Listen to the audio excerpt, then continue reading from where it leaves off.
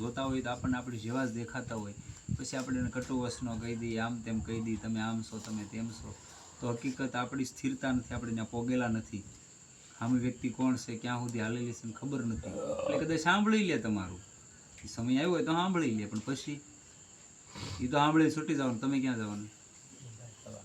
હે હેરાન થઈ જવાના ને, હેરાન થઈ જવાનું. એટલે બહુ વિવેક હોવો જોઈએ. ભક્તિ માર્ગ એવો છે વિવેકથી ચાલે. વિવેક નહીં હોય તરત ફગવાઈ જાય. એમાં ગ્રહસ્થમાં છીએ આપણે, સંન્યાસી છીએ નહીં. ગ્રહસ્થીમાં તો બહુ વિવેક જોઈએ. ખાસ ભક્તિ માર્ગમાં વિવેક પ્રધાન કીધેલો છે. એમ કે વિવેક નહીં હોય તો વાણી તમારી વર્તનમાં રહેવાની જ નથી ને. વિવેકથી જ વાણીનું વર્તન આવશે. પછી કેમ જીવવું, હું કામ જીવવું, ખાલી ખાવા પીવાના ભોગ ભોગવવા આવ્યા નથી આપણે આ સંસારમાં. આપણને આપણી પોતાની શુદ્ધ નથી કે હું કામ આવ્યો છું અહીંયા. આખી જિંદગી બળદ કરી, બીજું કાંઈ નથી કરતા. અને છતાંય હજી પાછા તો આપણે પાછા તો વળતા નથી. આખી જિંદગી લડાઈ લડી તો પાછા નથી વળતા હોય. એ તમને કહી દઉં.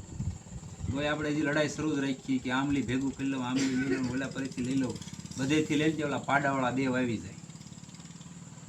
નાની 3 મહિના અગાઉ ટપાલ આવતી હોય ને તો ખબર પડી જાય, પણ ટપાલે ન મોકલતા. એ કે ભાઈ ફલાણા ભાઈને જવાનું છે, 3 મહિના અગાઉ ટપાલ આવી જાય. નથી મોકલતા એટલે ભૂલ પડે છે. મોકલતા હોત તો સારું હતું. પછી આપણે એમ કે હવે નિરાતે ભજન કરશું, ત્યાં નિરાતે ભજન થાય નહીં.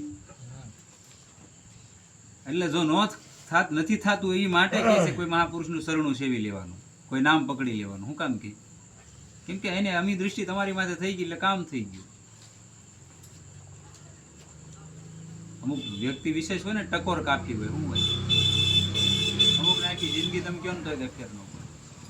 નકર એક જ વાર ટકોર કાફી હોય, ત્યાંથી જાગી ગયું હોય, સારું મારી હાટું જ કે ને. મને આ વિશેષતા હોવી જોઈએ. આપણે તમને રોજ એકની એક વાત કર્યા જ કરી તો તમારા ફેર ન પડે તો પછી માણા તો નો જ કહેવાય ને. આપણે માથે શિંગડા નથી, પૂંછડું નથી, બે બીજા પગ નથી, બાકી છે એ તો એમાં જ તેમાં કઈ ફેરફાર જાજો હોતો નથી. ઈવડા ઈ જીવે છે, ભોગવે છે અને મરી જાય છે. એમ આપણે ઈ જ કરવાનું છે. એ હાટું જ આવ્યા એમ માની લેવાનું. જો વિશેષતા આપણામાં છે નથી કરી શકતા તો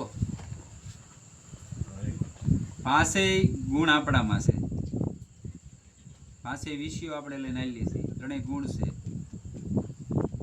બીજા બધાને ચારે પાસે નહીં હોય વિષય. જોઈ લેજો, શબ્દ, સ્પર્શ, રૂપ, રસ ને ગંધ, આ 5 વિષય આપણામાં છે. બીજાને એક બબ્બે એમ છે. યોની બદલતી જાય ને એમ 1 2 3 4 એમ આવતા જાય. 5 તો મનુષ્યમાં એકમાં જ છે. પશુને વિવેક છે બધી વાતનો. તમે એને ધોકાવી નાખો, ભેંસ દોવા ન જતી, ધોકે ને ધોકે મારો, એને બધો વિવેક છે, રોવે, પણ તમને કઈ નથી એકથી મારતો નહીં. એમાં ન જવું હોય તો ભજન કરો. સીધી વાત છે. એમાં ન જવું હોય તો ભજન કરવાનું છે. કેમ કે એમાંથી આપણે આટો મારીને આવ્યા તો આપણને અહીંયા આવીને આપણે આમ કેવા થઈ ગયા તમને ખબર કે હજી તો ભૂકા કાઢી નાખો. તમે આટો મારીને જ આવેલા છો એમાં. હું તમે બે આ તો પૂરવની પુનાયું જાગી હોય ને, કમાઈ હોય ને ત્યારે સાહેબ આ થાય, બાકી થાય નહીં. અહીંયા ન થાય. અને એમાં ભક્તિ તો ન જ થાય. કદાચ જ્ઞાન સરસા તમે કરી લો, 2 જણાને 5 જણાને મારી જાવ, સમજાવી ગયો, બધું થાય. પણ જેમ છે એમ સ્વીકારીને અંદરથી પરમાત્મા માટે રોવું આવી જાય, એ તો ન જ થાય. શરમે ધર્મે તમે 5 દી આવો, 6 દી એમ કે ભાઈ એનું ઓળખીએ એમ. એ કાલ સવારનું છે, અમારા ગામનું છે, ત્યાંથી તમે માનશો. શું કરશો? તમે 1.5 વર્ષના છો પણ શું કરી લીધું એ મને કહો. હું ભલે આ જે વ્યક્તિ વિશે છે કાલ સવારનો ભલે રહ્યો, તમે 1.5 વર્ષના છો પણ તમે શું કમાય શું લીધું?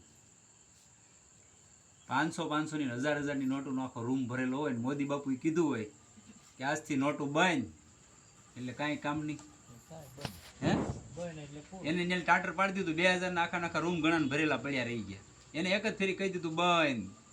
એટલે આપણે સાનું બેહવાનું કે ન બેહવાનું? એ તમને એક જવાબદારી આપે છે કે આને સલણ તરીકે હું તમને અપનાવવા માટે જાહેર કરું છું. બાકી સંપત્તિ છે નહીં. આપણે એની પાછળ દોટ મૂકી, એની પાછળ દોટ મૂકી. સૂઝબૂઝવાળા માણસો હોય જૈન ધર્મમાં તમે જોજો, પાણીની વાવડીઓ બનાવતા પહેલા, આજ મંદિરો બનાવતા, આજે એવા ઘણા બધા છે. એવડા બધા જાગેલા હતા કે આ સંપત્તિ છે એનો સદુપયોગ ક્યાં થાય. આપણે પછી બધી આપણી કરી દઈ ને, પછી 10મો ભાગ પરમાત્મા લે આવો પાછા. કા દવાખાનામાં લે ક્યાં પિતરું આવે ને કાં સિકોતેર આવે ડાકલામાં લે દાંડીએ 10 રૂપિયા બોલે જીવડે ત્યાંથી પછી શરૂ કરે તોય પાછા આપણે એમ ન કે નહીં કે નડતું જ હોય હાચી વાત છે નડે અને આપણે ઓલા ફીટે એવું કરાવી કે નડે જ તે અને ત્યારે જ તમને હું જ નડે એમ નકર ન નડે એક એવો ગ્રહ ન ભગવાનનો દાસ હોય રામનો કોઈ સીતારામનો દાસ હોય કૃષ્ણ પરમાત્માનો દાસ હોય નવમાંથી ગમે ગ્રહને મોકલી દેવાનો હું એનું કરી લેવાનું ગ્રહે એના દાસ થઈ જાય પેલા માણા જે રામનો દાસ હોય ને એના દાસ ગ્રહ થઈ જાય અને આપણે એની વીટીઓ બનાવી જ્યાં એને દોડતા હોય એ કે ફલાણા ભૂદેવ હારા છે એ વીટી બનાવી છે મને આ ગ્રહ નડે એટલે રામ રામ કરી એકે નો નડે દુનિયામાં એકે ગ્રહ એવો નથી કે નડવા આવે કાં તો જન્મ કુંડળી જોરે શું થઈ જાય આ બધા સંતો મહાપુરુષો થઈ ગયા જન્મ કુંડળી જોરે થઈ ગયા કે આપણે જન્મ કુંડળી લખી લઉં કે ભાઈ આ કરશે એમ એવું હોય મેં તો એવું નથી જોયું અને આપણે છે નહીં ખોટું ક્યાં કે કુંડળી કેવી છે જોઈએ ને શું કહેવાય એ નથી ખબર પડતી